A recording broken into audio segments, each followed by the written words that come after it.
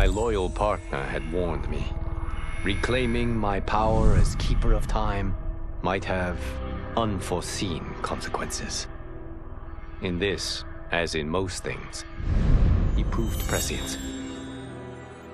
The process I had undergone did irreparable harm to my body. Taking back my power had cost me my immortality. While my lifespan would still stretch across eons, I would one day perish. And if the war with Titan SHANGTSUNG taught me anything, it is that this timeline is not safe without a protector. Yet I had never given thought to choosing a successor. Who is it that could replace me and protect my new era? The answer, of course, is GERAS. Tireless and meticulous, he is perfectly suited to be entrusted with this grave duty. And no one knows better the temptations of the hourglass. I have no doubt he will be above them. Though the barriers between timelines had been rebuilt, there was no question that they could again be broken. Protecting this timeline would require eternal vigilance, so that it could not fall victim to further outside aggression. But nothing in my countless lifetimes had prepared me for this task. In none of them had multiple timelines ever coexisted. Monitoring them for threats was an entirely novel problem. It would require a novel solution. I discovered that though the timelines no longer touched, their meeting had left them intertwined. I can now secretly surveil all timelines, keeping watch for potential danger. It pleases me to do this service for the new era. Lord LIUKANG may rest assured that it is secure. I couldn't believe that LIUKANG welcomed me in Earthrealm, or that he thought me worthy to study with his Shaolin masters.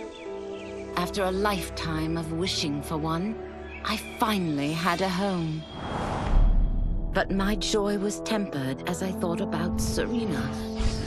My shadow sister was still under Quan Chi's yoke, and she deserved a life free of him as much, if not more, than I. Quan Chi and my other sisters proved tenacious, but they were no match for my blade. I snatched Serena from them. Then LIUKANG helped me break Quan Chi's spell. Her mind free of his influence for the first time in years, Serena chose to join me in Earthrealm. My sister and I once again fight side by side. Only now we do so for Earthrealm. Together, we have formed the Order of Light. Quan Chi's defeat had cost me everything. For months I had furthered his plot, and now I had to start over. Saito's people were still in chains. That's when Rain approached me. On the run from Empress MILEENA, he was desperate for help. And though I'd had my fill of sorcerers, this one was different. I agreed to provide him safe haven. He agreed to help topple Saito's government. And topple it we did. Rain summoned a wave so fast, so powerful, that it crushed the capital. Saito's fascist rulers were swept away. My people are finally free. They can chart their own course, needing only to follow their own desires. Their lives are now blessed by anarchy.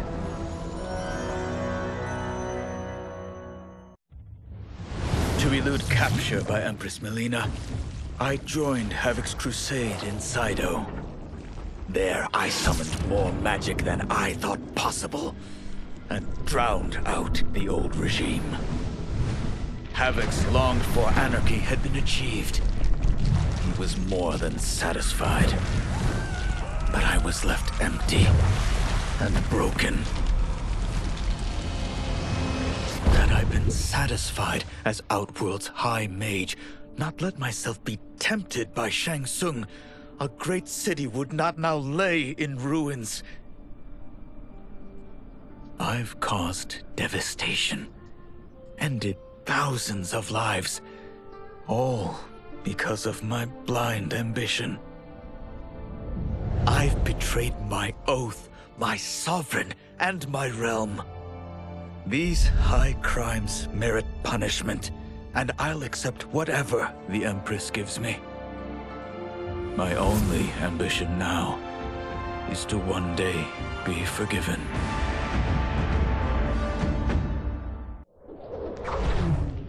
Since this whole thing kicked off, I'd wondered why Liu Kang chose me to be a champion. I mean, sure, I was killing it as a martial arts star, but it's one thing when it's all for show. It's different when you're playing for keeps. Then Liu Kang let me in on his master plan. He wanted the masses to know about the world beyond them, the one filled with gods and monsters, and he wanted me to tell them about it. But I knew revealing the truth all at once would be too shocking of a plot twist for most. That's why I pitched doing a bunch of stories, to slowly get people used to it. And if there's one thing I can do, besides kick ass in combat, it's build a cinematic universe. I'm serving up movies, streaming series, games, you name it. I like that I'm doing a public service. And it doesn't hurt that I'm making more than a few bucks. It's the kind of synergy that would make any studio mogul proud. I wasn't looking for allies against the Yakuza, but I found one in Special Agent Jackson Briggs. He'd heard gangsters plotting to kill me on a wiretap and came calling, hoping I'd be his informant. We planned to part ways when we got the job done. But then, SHANGTSUNG showed up to steal Sento. Needless to say, Jackson had questions. It blew his mind to hear that the stories in Johnny's movies were real. Once the shock wore off, Jackson quickly sized up the threats Earthrealm faced. To deal with them, he got his bosses at the FBI to form the Outworld Investigation Agency. When he asked me to sign on, I hesitated. After all, me? A government agent? But it's an important job. And more importantly to me, an honest living. As the darkness enveloped me, I took a long last look at my family. I did not expect to see them again until their souls joined mine in the living forest. But miraculously, my beloved husband delivered me from oblivion. Though he couldn't save my body, Jared had preserved my soul. Like him and countless others, I am now a part of Ermac. Yet ours is not a peaceful repose. The collected souls within Ermac have their own needs and agendas. Before we can speak as one, we must first reach consensus. I had thought, as the former rulers of Outworld, I and Jared would hold sway. But here we are, two souls among many thousands, fighting for the right to be heard. And if there is one thing we do well together, it is fight. We will win the right to govern Ermac as we once had governed Outworld. And we will rule for the benefit of all. General SHAO's revolt left Outworld's armies in tatters. We were vulnerable to enemies both foreign and domestic. That's why my sister asked me to take command, to stitch her military back together and purge Shao's loyalists within it. She trusted only me with the task. The soldiers, however, had little faith. They thought me a spoiled dilettante, unprepared and unfit to serve. That I could fight mattered little. All that mattered was that I wasn't one of them. I finally earned their loyalty by orchestrating an epic victory over Shao and his rebels. Though the general himself escaped, his forces were smashed. For as long as I am able, I will lead the Empress's armies in defense of Outworld. Through strength, we will achieve peace. While the regime had changed, little else had. My people still suffered in silence, ignored by the rest of Outworld. Though now I knew Empress MILEENA's secret, that she was also afflicted with Tarkat. If anyone would help, it would be her. But how to get an audience? Syzoth. He was the Empress's new emissary to the Zaterrans.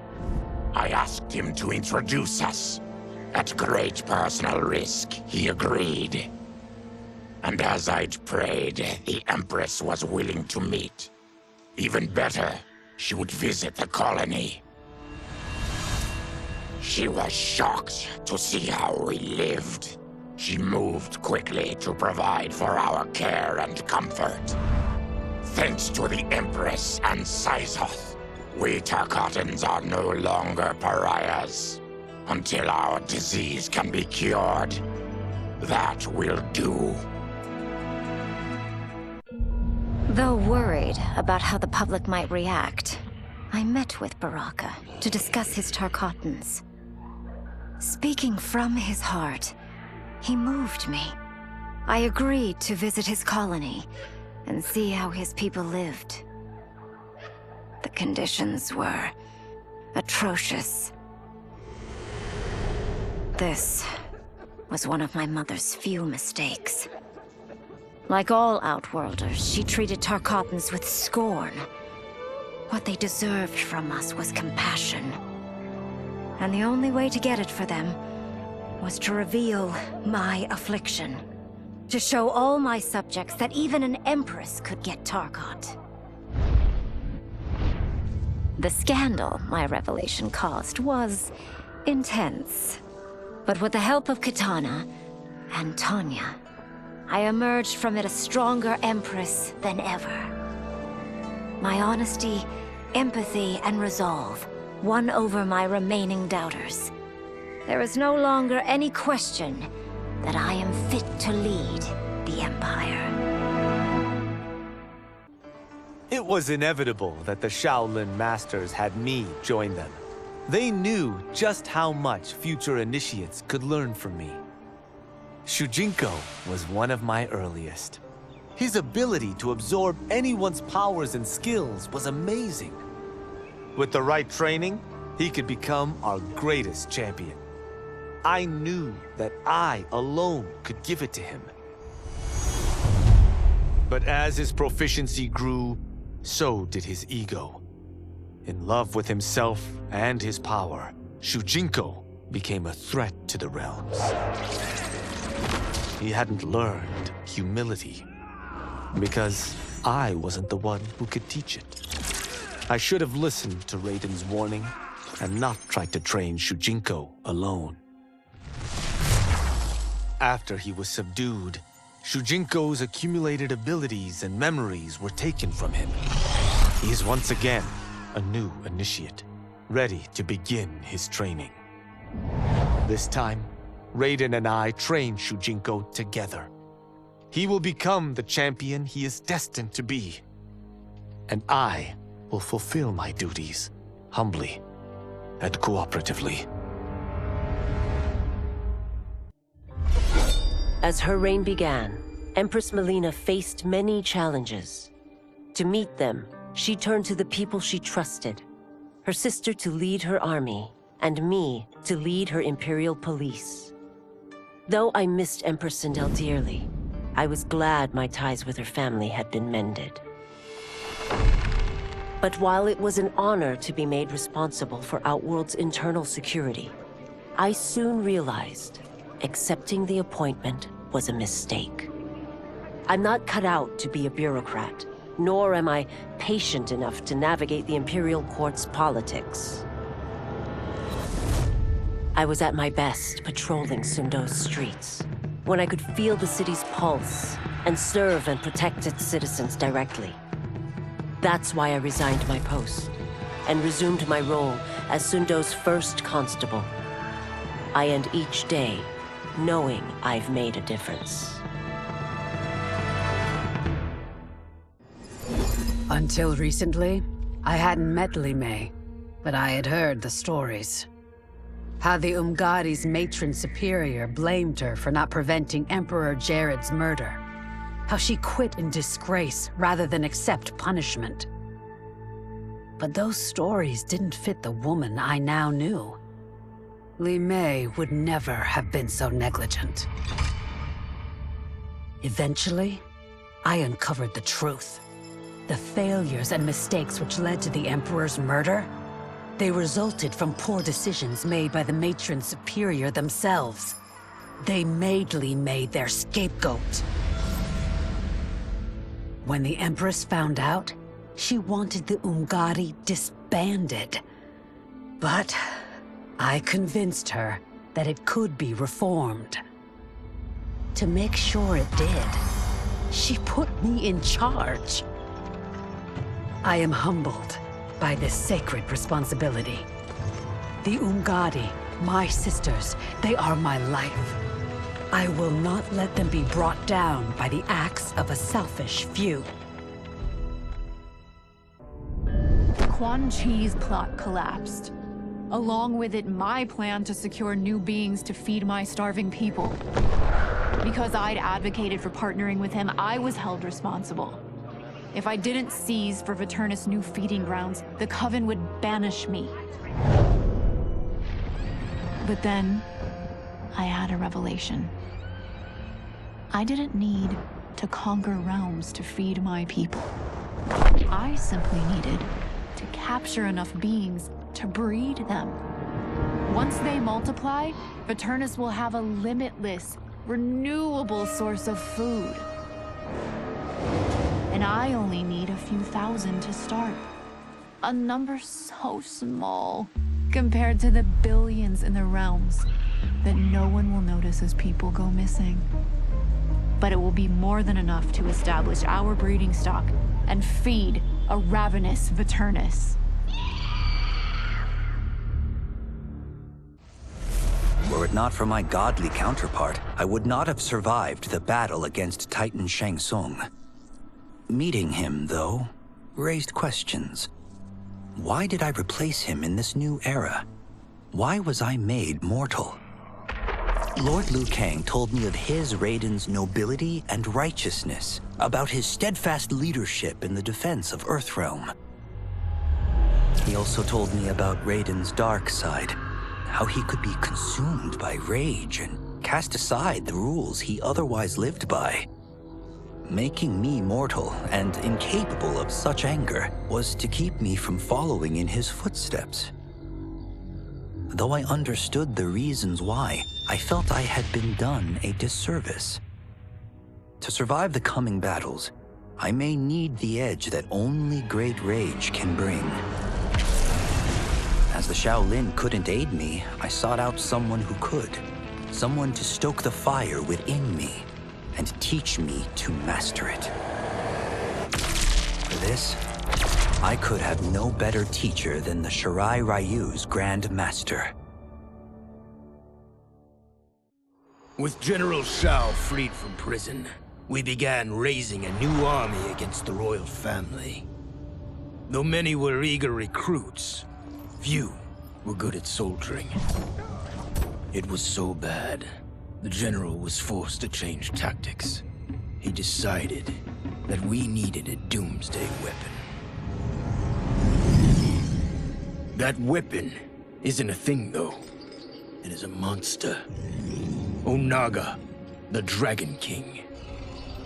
The General told me the old legends were true. That his ancient ancestor defeated Onaga, trapping him deep inside Mount Sagan. The Dragon King is still there today. His pent-up fury waiting to be unleashed. Because Onaga is so dangerous, the General wouldn't risk trying to tame him before. But now, he feels we have no choice. Though I likely won't survive, I accept this mission gladly. I can think of no greater honor than to give my life in the General's service. The battle had been lost, but the war isn't over. I won't stop fighting until I take Outworld's throne.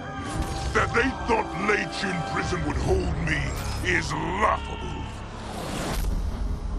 Once free, I began planning my next campaign. I would need an unstoppable army to overthrow MILEENA. Unfortunately, most of my former soldiers lacked the courage to rally to my standard. Rebuilding my army would require finding new recruits. And that task is proving easier than expected. Outworld's golden age has left more than a few behind. Without hope, without power, they eagerly heed my call to tear down MILEENA's government.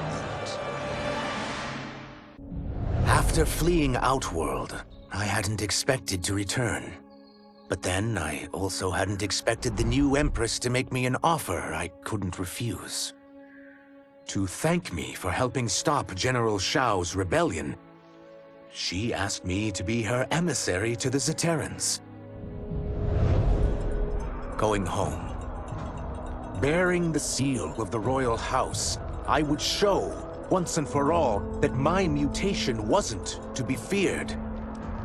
That it wasn't a source of shame.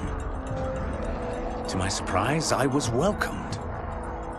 But those warm smiles hid a dark secret. I stumbled upon a trove of official records, which showed that my shape-shifting ability isn't unique. Many Zaterrans are born with it, but are killed by their government to keep it from spreading. Who started this barbaric policy? Who is now enforcing it is unknown. But I will find out. And I will put an end to this madness. No sooner had Titan SHANGTSUNG been defeated than Bi-Han and his loyalists hunted us down. Outnumbered, we fled to Japan. There, we sought refuge from an old family friend. As children, we played together. But Harumi Shirai was a woman now, the head of her clan. Her strength, beauty, and intellect awed me. Also incensed by Bi-Han's betrayal, Harumi agreed to help me forge a new clan, one that would stand against him and defend Earthrealm. Her aid proved invaluable, and as time went on, we grew closer. To honor Harumi and pay respects to my new bride, I named the clan after her, calling it the Shirai Ryu. Now the battle against my brother begins in earnest. The Shirai Ryu won't rest until Bi-Han is defeated and the Lin Kuei's honor restored. Kuai Liang and I were working hard to build our new clan. But even with the help of his close friend Harumi, it was difficult. The biggest problem was finding the right initiates. Then, one night, while walking outside Harumi's compound, I was attacked. I thought at first it was a Lin Kuei assassin, but his strikes were too uncertain, too angry. My attacker, it turns out, was a boy. Homeless and hungry, his assault was born of desperation. He needed money so that he could eat. It was like looking at myself 15 years ago. I would have ended up just like him if the Lin Kuei hadn't taken me in. So I took the boy to Kuai Liang, who also appreciated his fire. We made him our first initiate. The boy's name? Hanzo Hasashi. I had broken the Lin Kuei free of Liu Kang's enslavement. We were now masters of our destiny, and could take our place among Earthrealm's great nations. But taking and holding territory would require a vast army. I needed more fighters to make our presence felt. Then I recalled SHANGTSUNG's dragon warriors. An army of them would be unstoppable. But trafficking in such strong magic would surely draw Liu Kang's attention. Sector advised that we avoid detection by building our army using science, not sorcery. We've invested much into this endeavor, and we are beginning to see results. Once again proving the depths of Sector's genius. When we are done, all of Earthrealm will honor our desires and heed our demands. If not, they will face the Lin Kuei's wrath. After escaping Lei Chin prison, I was hounded by the Imperial Police. I needed a place to hide and to recuperate while I plotted the best way forward. I knew the remote canton of my youth would be perfect. To escape capture, I traveled by sea. Little did I know that a gargantuan storm was brewing. My tiny craft was smashed apart. I closed my eyes, waiting to drown, hoping that the Netherrealm wouldn't claim my soul. But when I reopened them, I found myself not in hell, but on a deserted island. From its ruins, I could tell that great sorcerers had once lived there. In the caves beneath the ruins, I found what I can only describe as a well of souls.